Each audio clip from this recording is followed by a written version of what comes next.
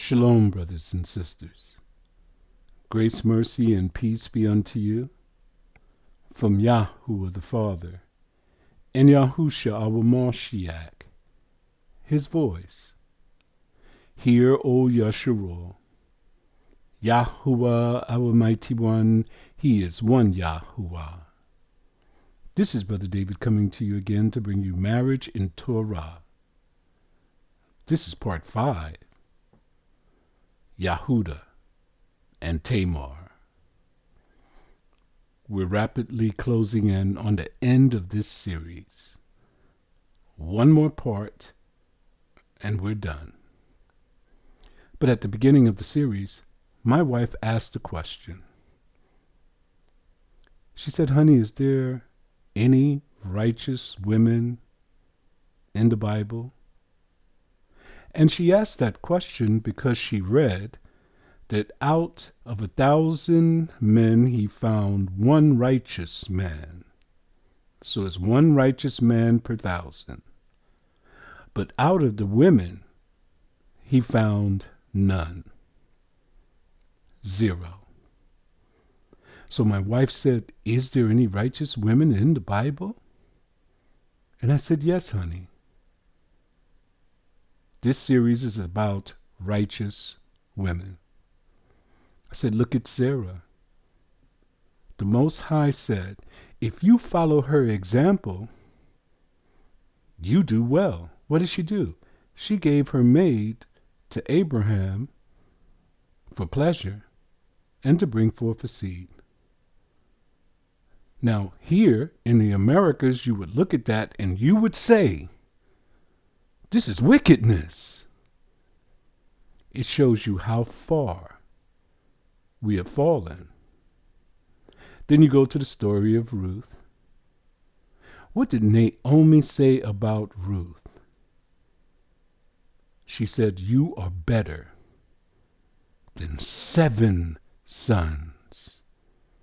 So that Ruth was a righteous woman, even though she was a Moabitess. Now we're going to go into the story of another righteous woman. And her name is Tamar. Let's begin. Genesis chapter 38, verses 1 to 5. Verse 1. And it came to pass at that time that Yahudah went down from his brethren. He left his camp and went into a certain Adullamite's camp, whose name was Hira. So he went to hang out with his homie. Verse 2. And Yahudah saw there a daughter of a certain Canaanite. Note, the Canaanites are Hamites, whose name was Shua. Listen to this. Your Mashiach's name is not Yahushua, Yahoshua, or Yahshua. You cannot use that because this suffix at the end of the name means a cry for help or wealth or fortune. And he took her. What does that mean? He had sex with her and went in unto her. Verse 3. And she conceived. Now, you know, once he went into her, she became his wife, correct? And bare a son, and he called his name Verse 4, and she conceived again, and bare another son, and she called his name Onan. Verse 5, and she yet again conceived, and bare a son, and called his name Shalah or Shelah. And he was at Chezib when she bare him. She had 3 children. All 3 were males. How blessed is her womb. Verse 6. And Yahudah took a wife for his firstborn, whose name was Tamar. Note, brothers and sisters, we need to practice this now and in the kingdom. We can't allow our children to choose their husbands or their wives. They will choose wrong. What are they supposed to look for, Brother David? They're supposed to look for a person who loves Yahuwah with all of their heart, mind, and soul. If they love him with all of their heart, mind, and soul, they would keep all of his commandments that you can keep in the lands of their captivity. Here's another thing that you need. You need someone who is educated in the law. Tamar was educated in the law, and you will see that soon. Verse 7. And Yahudah's firstborn, was wicked in the sight of Yahuwah, and Yahuwah slew him. Now I looked for the reason, the cause, couldn't find anything. Verse 8. And Yahudah said unto Onan, Go in unto thy brother's wife. Okay, what does that mean, brothers and sisters? Yahudah is telling his son Onan, go have sex with your brother's wife. That sounds crazy to us because where we were raised, in the lands of our captivity, under the authority of the wicked. Look what happens when you go in unto your brother's wife. You have married her. Then he says, and raise up seed to thy brother. What does that mean? Give her a baby. Verse 9. And Onan knew that the seed should not be his, of course. Yahudah just told him that, right?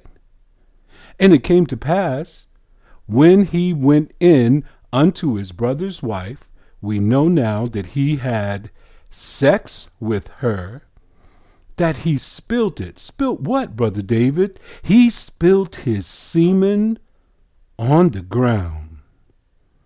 Why did he do that? Look what it says next. Lest that he should give seed to his brother.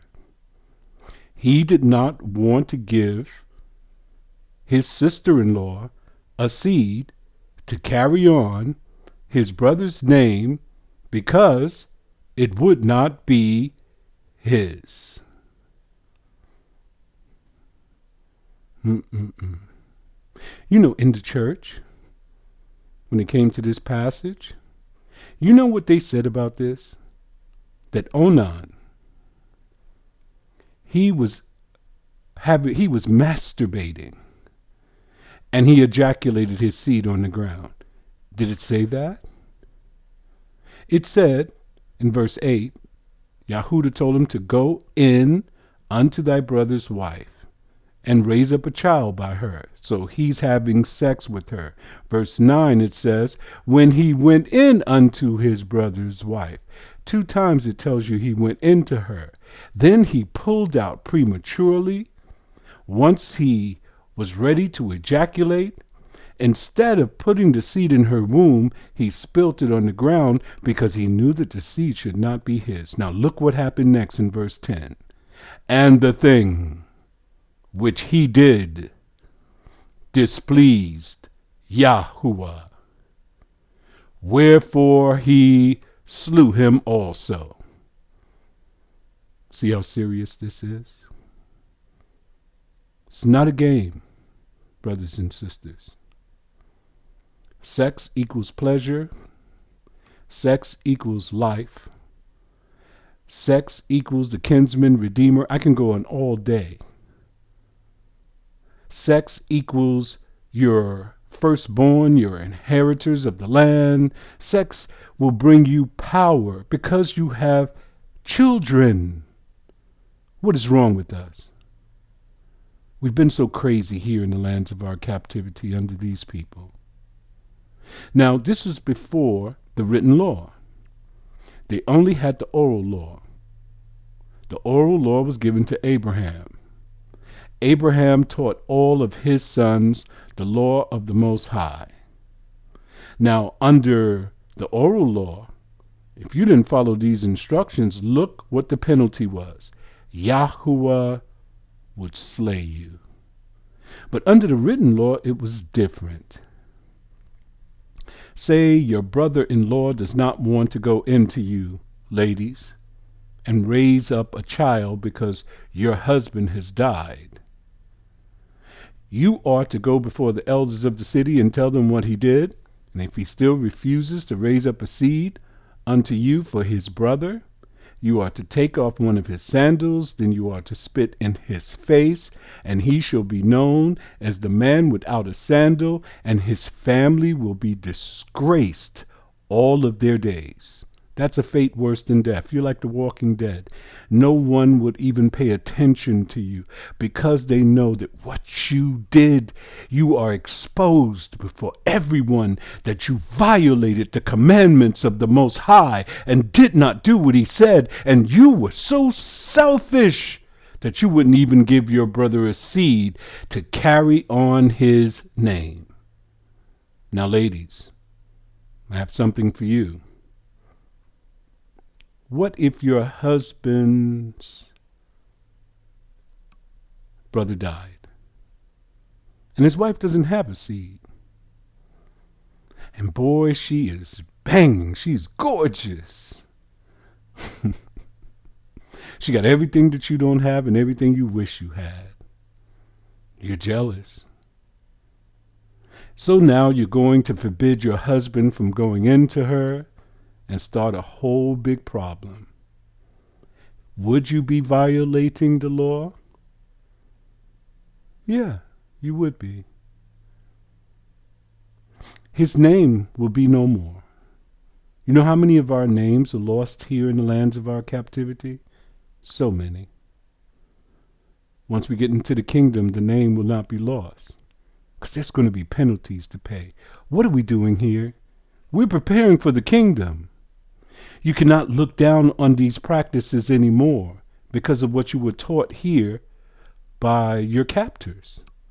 They didn't teach you anything that was righteous. They only taught you one thing: wickedness. Verse 11. Then said Yahudah to Tamar his daughter-in-law, remain a widow at thy father's house till Shelah, or Shalah, my son, be grown. No, Yahudah. That's wrong. She is supposed to remain in your house. Why are you sending her to her father's house? She is supposed to remain in your house until Shalah or Shelah is full grown. She is not supposed to marry outside of your household. When you send her back to her father's house, you are setting her up for failure. For he said, who said? Yahudah, lest peradventure he die also as his brethren did. Did he actually say this out loud? Did he say this in Tamar's presence? It seems that he is accusing her of the death of his other two sons. And Tamar went and dwelt in her father's house. Did you hear about her arguing with him? She did not. Verse 12. And in the process of time, the daughter of Shua, Yahudah's wife, died. And Yahudah was comforted, and went up unto his sheep shearers to Timnath, he and his homie, Hira, the Adullamite. Verse 13. And it was told Tamar. Did she ask? Maybe she did. Maybe she didn't. Maybe someone just offered up the information saying, behold, thy father-in-law goeth up to Timnah to shear his sheep. Verse 14. And she put her widow's garments off from her. She took off the widow's garments and covered her with a veil and wrapped herself and sat in an open place, which is by the way to Timnah. For she saw that Shelah was grown, and she was not given unto him to wife. So she took the matters into her own hands. Because Yahudah did not carry out the law as specified, she said, I'm going to make this thing happen. Verse 15. When Yahudah saw her, he thought her to be an harlot, because she had covered her face. What? You mean in those days to cover your face was a sign of harlotry? How different things have become. Nowadays, harlots, prostitutes, whores are just about naked. Verse 16. And he turned unto her by the way, and said, Go to, I pray you, let me come in unto thee. What do you think he meant by that? Let me hit that. For he knew not that she was his daughter-in-law. And she said, What wilt thou give me? What is the price that you would pay that you may come in and hit this? Verse 17. And he said, I will send thee a kid from the flock. Wow, a baby goat. And she said, Wilt thou give me a pledge until you send the kid from the flock? Verse 18. And he said, What pledge shall I give thee? He must have been desperate. His wife had died. Testosterone was building up. It is not said that his wife had handmaidens and she gave him any of the handmaidens, so he must have been by himself. He needed a release, so he was ready to pay the price. And she said, Thy signet, and thy bracelets, and thy staff that is in thine hand. And he gave it to her, and came in unto her. He had sex with her, and she conceived by him. He put a child in her womb. Verse 19. And she arose and went away, and laid by her veil from her. She took her veil off, and put on the garments of her widowhood. Now she had come home like nothing had happened. Verse 20. And Yahudah sent the kid of the goats, by the hand of his friend the Adulamite, Hirah, to receive his pledge from the woman's hand. So he sent the Adulamite to get his signet, his bracelets, and his staff, and to give this young lady the kid from the flock. But he didn't find her. Verse 21. Then he asked the men of that place, saying, Hey, where's the harlot that was openly by the wayside? And they said, What harlot? There was no harlot in this place. Verse 22. And he returned to Yahudah and said, I cannot find her. And also the men of the place said that there was no harlot in this place. Verse 23. And Yahudah said, Okay, let her keep it, lest we be ashamed. Why would they be ashamed? Suppose a harlot comes to the camp, to the gates of his household, crying out, I gave this man my body, and he did not pay me the fair price. Behold, I did send this kid of the goats, but yet you did not find her. Verse 24. And after time, it came to pass about 3 months after, that it was told to Yahudah, saying, Tamar, thy daughter-in-law, hath played the harlot. And also, behold, she is with child by whoredom. And Yahudah said, Bring her forth, and let her be burnt. Let her be burnt?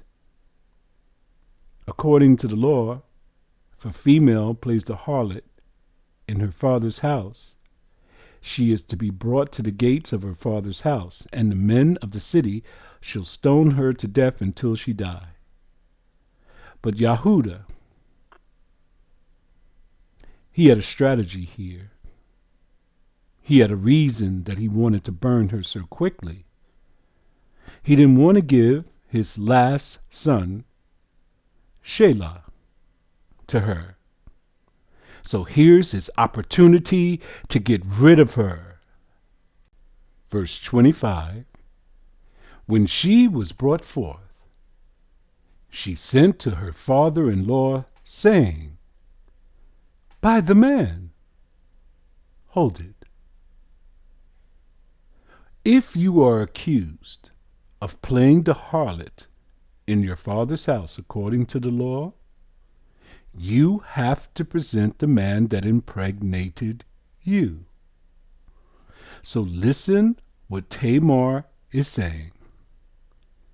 By the man whose these are, am I with child. And she said, Discern, check this out, Yahudah, I pray you. Whose things are these? Then she showed him the signet and bracelets and staff. Verse 26. And Yahudah acknowledged him. He said, Oh my, that's my signet. Then she pulled out the bracelet. That's my bracelets. Then she pulled out the staff. That's my staff. Do you know that the movie started to play in his head? Everything that he had done unto the harlot, now he found out that this so-called harlot that he thought was Tamar. And said, She have been more righteous than I. Hold it, Yahudah. What are you talking about? This woman had a plan within a plan, a plot within a plot. She took off her mourning clothes. She put a veil over her face, a disguise. She wrapped herself. She went by the side of the road, and she played the prostitute. And she sold you her body for a price, a kid of the goat. How is it that she's more righteous than you? Look what he's going to say next. Because that I gave her not to Shelah, my son. He withheld his last son from her, the one who was supposed to do his duty of the brother-in-law, of the kinsman redeemer. Are you with me, brothers and sisters? But Tamar, she knew the same seed that is in Yahudah is the same seed that would be in Shelah. But she couldn't get to Shelah because Yahudah withheld her, hid him from her. So she went to the top dog. Listen what it says next. And he knew her again no more. Why do you think he didn't go back into her? She's his wife now. Why didn't he go back into her? Because she shamed him. He looks like a total fool before everyone. He's exposed that he did not do his duty of the father-in-law by giving his son to her to raise up a seed so that Er's name would not be forgotten in the land. Verse 27. And it came to pass in the time of her travail that, behold, twins were in her womb. Verse 28. And it came to pass when she travailed that the one put out his hand, and the midwife took and bound upon his hand a scarlet thread, saying, This came out first. Verse 29. And it came to pass as he drew back his hand, that behold, his brother came out. And she said, How hast thou broken forth? This breach be upon thee. Therefore his name was called Phares. What does Phares mean? This breach be upon thee. They named their children after the circumstances in which they were going through at the time, or they named their children after the Most High. Verse 30. And afterward came out his brother, that had the scarlet thread upon his hand, and his name was called Zerah. What does Zerah mean? The one with the scarlet thread upon his hand. Okay. So now we know the story of Tamar. What did Yahudah say? Surely you are more righteous than I. Why is that? Because she carried out the law to the letter. Even though she used deception, she made it happen. What about Sarah? Sarah was given a prophecy. What did he tell her?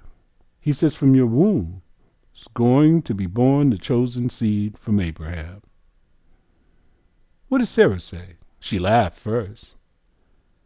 Then she said, shall I have pleasure in my old age? So she must have been in the menopause. Sex equals pleasure. So what did she do? She gave her bondwoman, Hagar, to her husband for pleasure, to be his wife, to be his concubine, his side chick, and she was a surrogate to bear a seed for Sarah. What about Rachel and Leah? Rachel was a pimpette, and Leah was a John. And Yasharal, the one that they have in the Bible as Jacob, he came back unaware of what was happening in the camp. Leah ran out to meet him, and she says, hey, I bought you with my son's mangroves.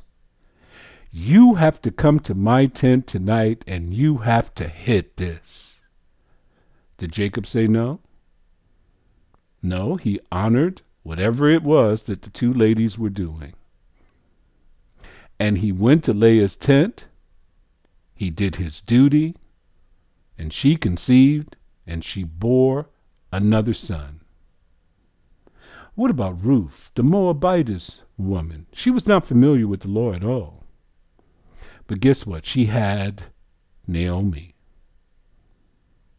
When Ruth came back from the fields and told Naomi that she caught Boaz's eye, Naomi says, aha, a light bulb went off in her head. She said, Boaz, hey, he is one of my close kinsmen. So she began to plot and to plan. She told Ruth what to do. She said, Ruth, go wash yourself. Put on some beautiful arraignment. Put some of that sweet-smelling Yesharalite perfume that I gave you. Put your hair up in afro puffs. And go to the party. When he has eaten and he has been drinking, mark the place where he goes to lie down. And wherever he lies down, you go and lie down at his feet. who was instructing Ruth? A woman that knew the law. When Boaz woke up, he saw this beautiful woman at his feet, and he says, "Hey, who is this? Who are you?" And she awoke, and he saw it was her, the one whom he had admired in the field. What did Ruth tell him? "Do unto me what the kinsman redeemer would do." What does that mean? Boaz, come and hit this. But Boaz didn't do it because he knew, according to the law, there was another one who was in front of him. So he had to go to the council of elders in order to get Ruth. Are you with me, brothers and sisters? Here's the question. Was any of this considered wickedness? Was any of this considered transgression of the law? No. These women used the law of the Most High in their favor. What will you do? This is why it's of the utmost importance for the ladies to learn the law and to teach their daughters.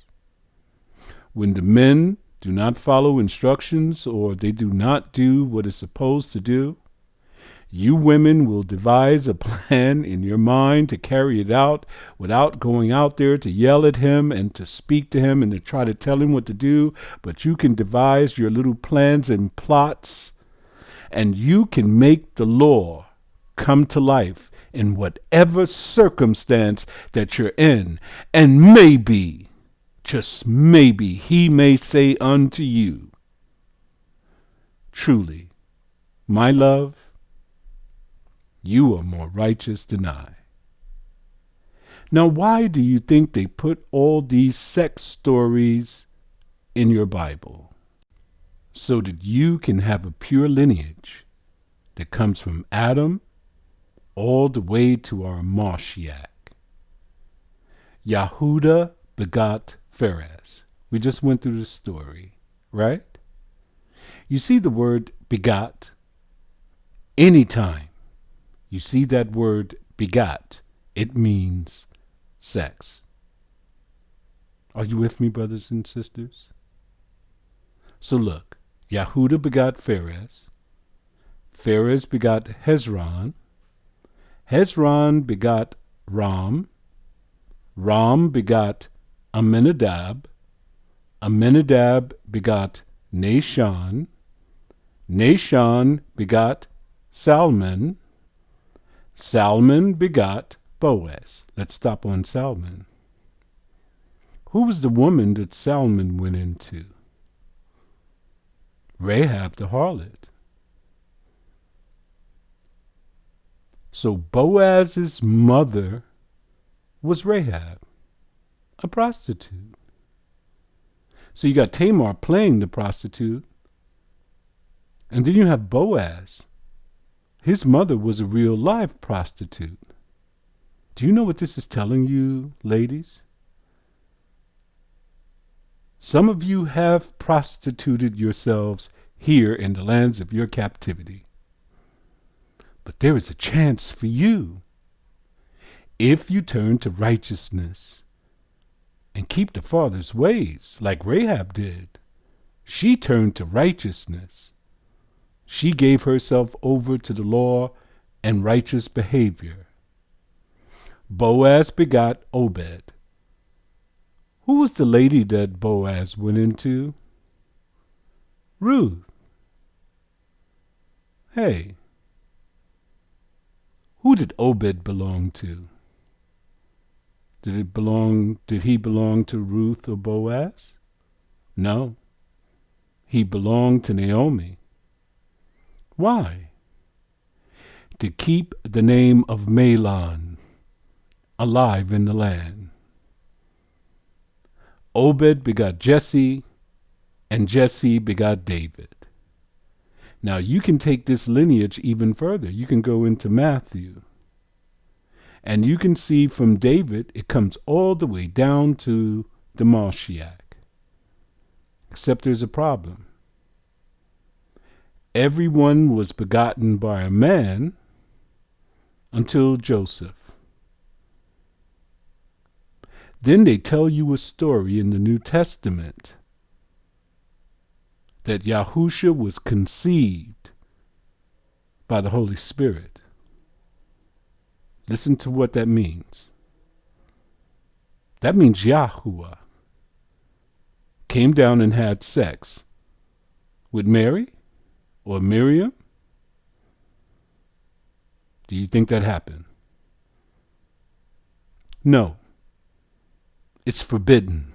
It's written on the tablets of law in the heavenly realms that you cannot have sex with the daughters of men. It tells you that Yahushua was begotten by the Holy Ghost. It uses the name Jesus, but you know what I mean. So right away, you know that that story is a lie. Because Yahushua came to redeem them that are under the law. Who's under the law? Only the children of Yasharal. So he has to be a kinsman. He has to be born from the loins of a man, and he was put into the womb of a woman through sex. Begot. Look at the passage yourself.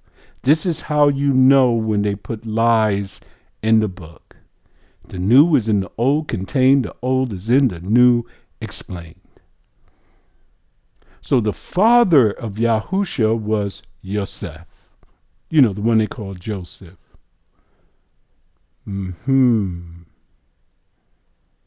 They can't trick us anymore.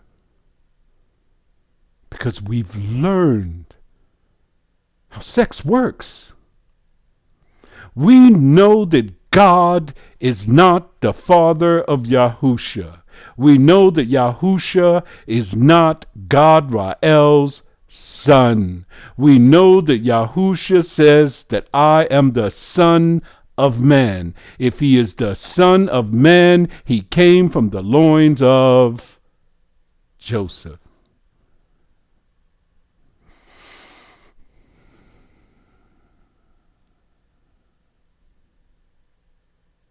Continue to part 6.